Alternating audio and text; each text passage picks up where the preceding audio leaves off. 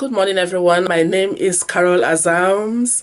I am your host, the founder, and producer of EveryWoman TV. I'm happy to bring in my first guest, and that will be Jennifer Lynn Feeders.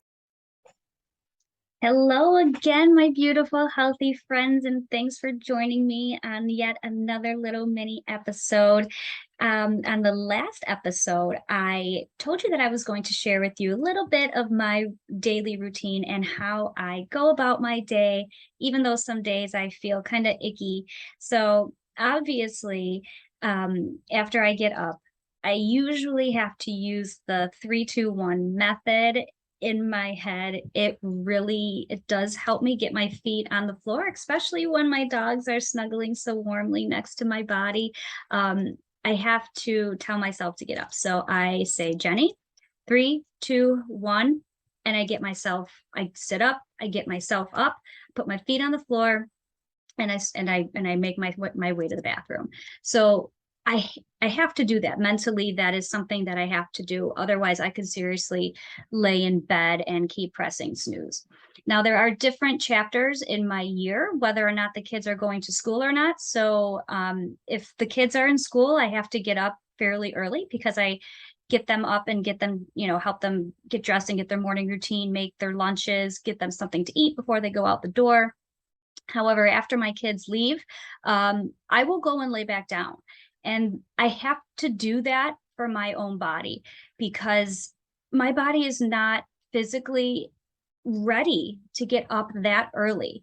And then being able to function for the rest of the day without feeling like I may need a long nap midday.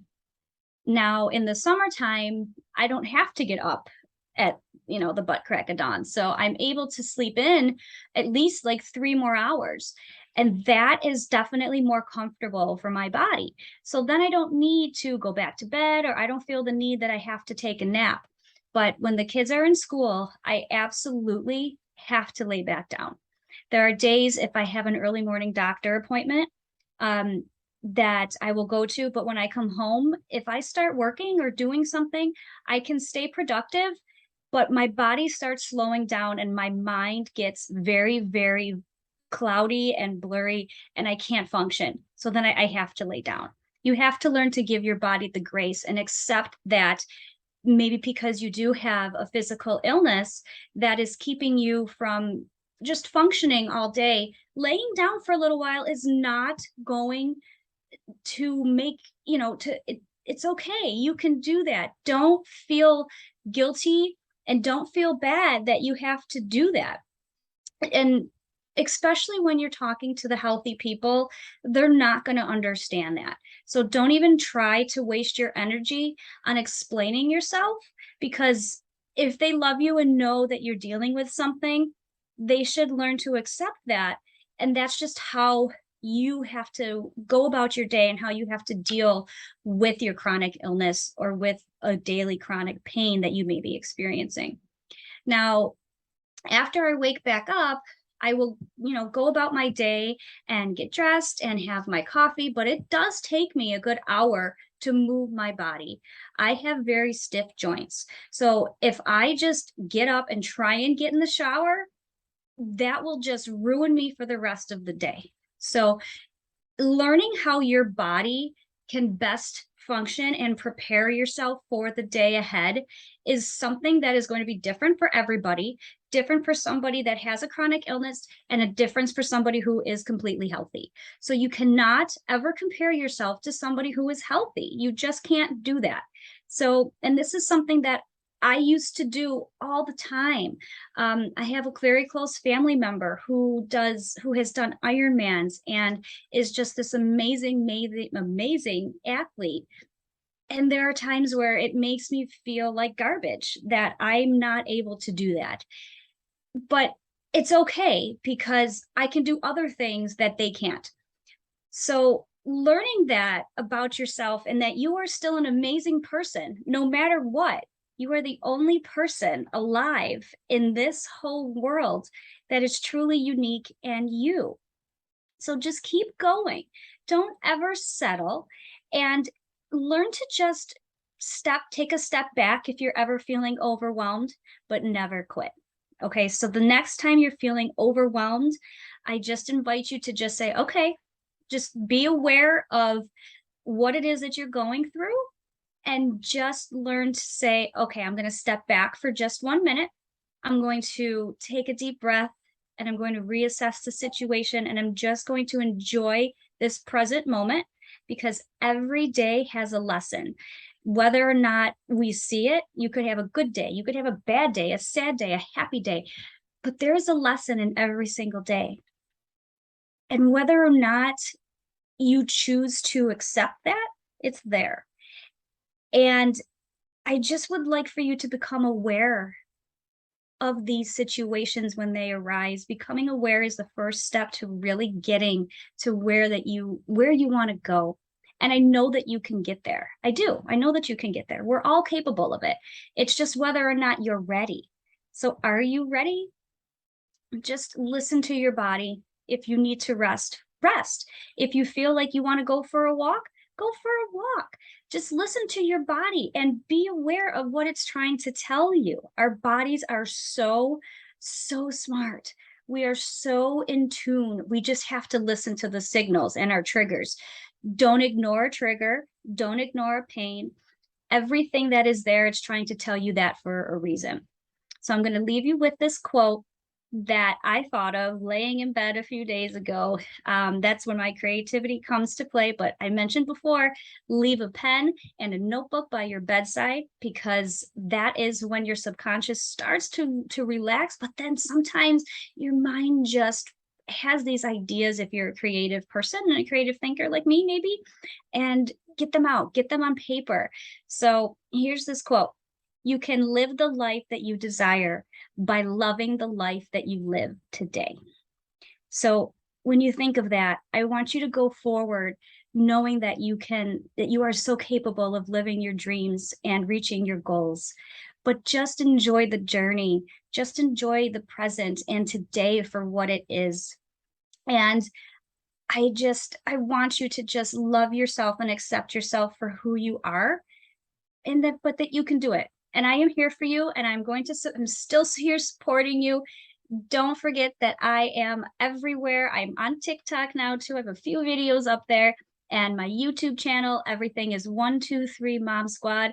Please send me an email if you want to connect, and I look forward to seeing you all again. Have a wonderful day. Until next time. The next guest on the show today with me is Amanda Kunkel. My name is Amanda Kunkel, and I am your universe liaison. That is a fancy way of saying I put high-earning businesswomen who have had substantial achievements through their entrepreneurial journey together in a room with the universe. The universe is that unfailing source of love for you. And so what I do is I stick them both in a room together to allow them to communicate about their next steps in business. So the beautiful thing is nobody actually needs me. The connection is there for themselves, but not everybody has the depth of intuition and the length of experience, which is about 2 decades now, that I do. So basically, as I'm just the sophisticated telephone making their progress of what they're supposed to do next in their business, who they're supposed to contact, when they're supposed to launch, the price points, the new partnerships, all of that stuff, I just make a very, very quick process for them. One thing that I've asked about a lot is, okay, so you work with women entrepreneurs, but do they all have to be coaches? Do they have to be intuitives? Do they all have to have their own business? Are they online? Is it the brick and mortar? So here's the thing. The type of people that are attracted to me in my business are what I call the 3-piece suit business women. So they don't have to be coaches. They don't have to have anything, so to speak, but they are business women. They're CEOs of their own corporations, their own incorporated or LLCs. And yes, they can actually be brick and mortar storefronts. However, because since 2020, we've gone more and more and more into social media, everyone has almost switched solely over to social media. So that begs the question of, oh my gosh, is Amanda going to make me be on Facebook 24/7? That is a great question. It depends what your universe map says. Your universe map is that unique way that you and the universe sat down together before you were born and said, all right, here's what I want to experience. Here's the various milestones that I want to happen. These are my life learning experiences. And the GPS says, okay, great. We have the best sophisticated, or the universe says, we have the best sophisticated GPS system. We got you. Go ahead down to earth.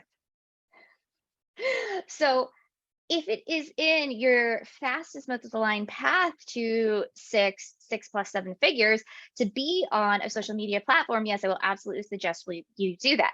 If it's a specific social media platform, yes, I will absolutely lean into and suggest that you do that. Here's the thing. I never make my clients do anything. Okay. Just because the universe says, okay, here's your clearest, fastest, like most easiest path, doesn't mean that they have to do it. A lot of people come in with their own inertia, right? And so we'll work around the inertia, right? And I'm not talking about hand holders, right? I don't see hand holders. Own inertia is stuff that just comes up, and that's normal, all right? This is about what you need, what your desires are. And it's all right if you go, you know what? I don't want to 2 to 3 times my income. I actually want to focus beyond being more of my authentic self. And my authentic self does not feel like I need to be on social media right now. I'll say, all right, let's dive in that direction. And then the universe will say, all right, your most authentic self, let's go in this direction now. So it's up to the client. I, of course, will hold them to their highest and best good, their highest and best timeline, but I will never force them to do anything. So I'm very happy today to welcome Sheila Balgobin to EveryWoman TV. Welcome to the show. Hi, I'm Sheila Balgobin, and we're talking about mental fitness. And in this episode, we're looking at the pleaser saboteur. Now, the pleaser gains acceptance or tries to gain acceptance indirectly by helping, pleasing, rescuing, or flattering other people. They do this to the point where they lose sight of their own needs and become resentful as a result. If, however, the pleaser is acting from a place of power, the pleaser actually sets healthy boundaries, knowing both how to give and receive, and will articulate their needs clearly and openly to people rather than assuming that they will guess what the person needs. So being a pleaser isn't necessarily a bad thing. It's when that tendency is taken to the extreme that it becomes an internal saboteur and has a negative effect and impact on the pleaser themselves as well as the people around them. So how does that person appear to others? How does the pleaser show up to others? They have a strong need to be liked by people, and they attempt to earn it by being pleasing, rescuing, flattering, can't do enough, can't say no. They need frequent reassurance by others about their being accepted and that if there is affection for them. They don't express their needs openly and directly. It's almost as if they expect people to understand what they need and want by osmosis. And they do all of this indirectly so that people feel obligated to reciprocate what they're giving to the other person. The kinds of thoughts that go through the pleaser's mind are, to be a good person, I must put the needs of other people ahead of my own. And it bothers me when people don't notice or even care about what I've done for them. People can be selfish and ungrateful, and I give away too much and don't think of myself enough. I can make anybody like me. And if I don't rescue people, who will? The feelings that the pleaser walks around with are things like expressing my own needs directly feels selfish. Worrying that insisting on my own needs may drive other people away. And I feel resentful for being taken for granted, but I can't express that. I don't know, I'm unable to express how I feel to people. Now, the kinds of things that the pleaser will tell themselves is, I don't do this for myself. I help others selflessly and don't expect anything in return. And the world would be a better place if there were more people like me and everyone did the same. What is the impact of this way of thinking of being on the pleaser and the people around them?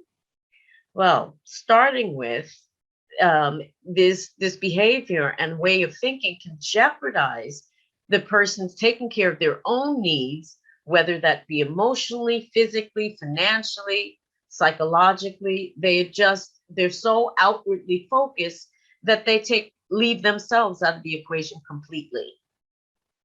This can lead to resentment and burnout. And it can cause others to develop a dependence upon them rather than to be able to take care of themselves, and makes people feel obligated, guilty, or even manipulated by this person. In the next episode of our mental fitness series, we're going to be looking at the restless saboteur, the restless person who's always on the go and never, ever stops. Thank you for watching and listening, and I look forward to seeing you again soon. This is the concluding part of my interview with Eva Kolopi. So to be clear, with this book here, I am not promoting violence or gun violence. I am using this young man's story to talk about the violence in our society. He has found a dysfunctional way to process his trauma, and it is really, in a lot of ways, very damaging to him and to others. So that is what my story is about. It is not about promoting violence or promoting gun violence, just so that's clear. Now, to switch gears, here is one of my non-fiction books. It is about the story of divorce in Ireland without a solicitor. In Ireland and 2 or 3 other countries, there are solicitors and barristers. They're both types of lawyers. Solicitors tend to do paperwork, and your barristers are going to represent you in a courtroom if you require that. So that's why it's a solicitor. So while I was living in Ireland, I was married to a very nice man, but we ended up not working out as a married couple. We worked very well as friends, but not as life partners. So eventually we had that difficult conversation where we say, well, we need to get a divorce. So we start on that process.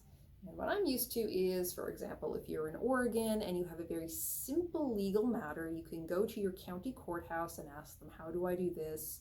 And normally they're going to have the forms right there, a blank form, and you fill in your personal information and you file it in the court and you start the process that day. And every time you need another step, they'll explain. But we had no children, no pets, no property together, pretty much no property of which to speak, no pensions, nothing. We think, oh, well, this is going to be an easy divorce. We'll wait the originally 4 years that you have to be separated, and then the majority of us in Ireland voted to change the law to be 2 years. So we waited our 2 years. We can now file for a divorce. Okay. It was extremely easy for us to get married, and the fine employees at Joyce House down in Dublin city center, they were very nice and very helpful, and they told us all the forms we need, your birth certificate with an apostille stamp and the other forms you need and everything. They explained everything to us. They were very helpful. But when I went to the family law courthouse there in Dublin to ask, how do I start divorce proceedings, these staff were extremely rude, unhelpful, would not tell me anything. They were kind of mean, and they just added to my stress. And my then still husband had the same experience when he went down to talk to them. So at first I thought it was because they could tell I was a foreigner, an immigrant, because of my US accent, but he has the Irish accent and they treated him the same way. But what I was raised with by my mother, who went through the 1970s, and in her lifetime, women, among other things, could not open a bank account or have a mortgage or anything without a man being involved. They were not allowed to do that. So she went through all of this, and for her it was a very big deal. And the principle that she taught her children, her daughters and her son, is that males are technically master and then mister, and so women should be Miss and then Ms like Mr. And that was a principle she raised me with, and a part of how I show my respect for her and honor her memory for the good things that she did for me. Despite our frankly very bad relationship over the years, there are some things I respect her for, and I honor her among other ways by teaching critical thinking, for one thing, but also by using Ms. This is a very big deal to me. So I very politely explained to the woman behind the counter, this is very important to me. This is a feminist principle about human rights and human equality. It's not really women's rights, it is human rights. When you talk about African American rights or women's rights, you are actually just talking about human rights. So I explained this to her, and I was very polite and very nice, but she acted like she hated me, like I was a terrible person, some sort of an absolute whore even, because I wanted to go by Ms. when I was married and I should go by Mrs. And I found this very strange because it was none of her business. That's my name, that's my choice. This had nothing to do with her. And if it was fine between my husband and I failed to see why anyone should have any opinion about it. Really had no effect on anything she was doing. But she absolutely refused to change it and stormed off to the back room. And, she works for a public office, meaning our tax money pays for her, and that's the kind of service she's giving to the taxpayer. Very ridiculous, very inappropriate. And this is a huge problem throughout the world society.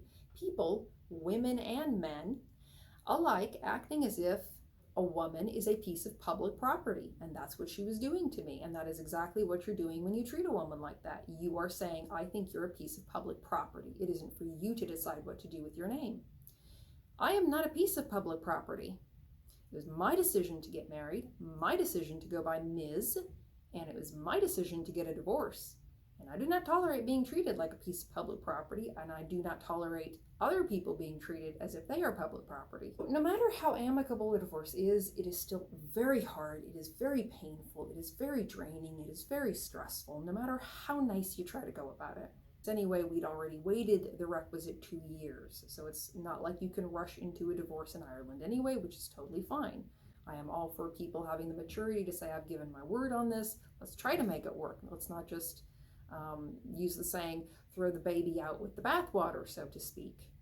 Let's try to make it work, and we had tried for years to make it work, and we work very well as friends, but we just do not work as life partners. So this was very hard for us, and we really wanted kind of that community support. Like when we were getting married or when I was applying for my dual citizenship, people were very helpful and nice, and the Irish government put on a whole ceremony for everyone who was getting their citizenship the day I was. They do these group ceremonies, and where I was in County Dublin, they have you go to the convention center in the heart of Dublin, and this big ceremony, and they play the national anthem. They have it played by the Irish Army, who are a very well-trained army that often do work for the United Nations in peacekeeping operations, helping refugees escape an area, or those kind of things. They put on a whole big ceremony for you. You all say your oath of loyalty together, and it's a great ceremony. And it is especially great if you're of Irish heritage like I am. Colby is an Irish name, goes back to County Limerick. So they were wonderful for all of that, and the Irish are usually very nice and very kind and very generous. And in the old Irish laws, you actually had to be very good to guests that came into Ireland. So it was very bizarre to me to be getting the opposite treatment for a change, and it just made everything much more stressful for my then still husband and I.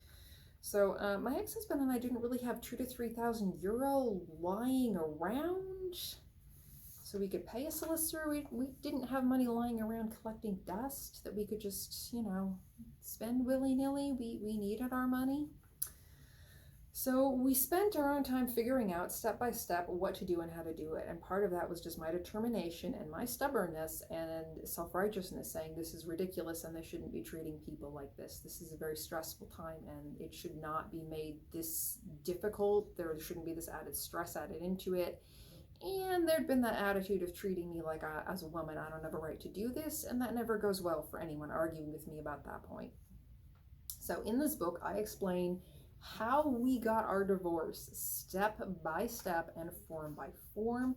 And in this book and on my website, Ava Colopy Books, I have blanked out court forms. Every court form we use with the exact wording that you need, because you can't just file the document, it has to have the exact wording. For example, in Irish law, it is a very big deal about pensions. So even though neither of us had a pension, it had to be in the court documents worded in a very specific way that we did not have pensions. Absolutely important and had to be done that way, or the courts would not accept it and we would not be able to get a court date to appear before a judge to be asked permission to end our divorce, which again I have issue with because we're two consenting adults. So I really didn't think we should have to appear before a judge for that, since there was no children, no pets, no property. But there's all the court forms in here and they're on my website as well, so that you don't have to retype everything. You could copy and paste. And my ex-husband is a dear friend and he's very supportive of me writing this book because he was just as frustrated and stressed out as I was by this whole process. So he was really glad when I was like, well, maybe I should turn it into a book. And he was almost half his idea, like, hey, you should put this information somewhere so it's not so hard for other people. So in fairness to him, I'm going to do a little promotional plug here. His name is Aaron Tyndall. That's how they pronounce it in Ireland. I'm not being weird for any viewers in the United States. That's how they pronounce it. Aaron. I'm not saying Aaron, but it is Aaron Tyndall. And he has an Etsy page and a Facebook, and it is Aaron Tyndall Designs.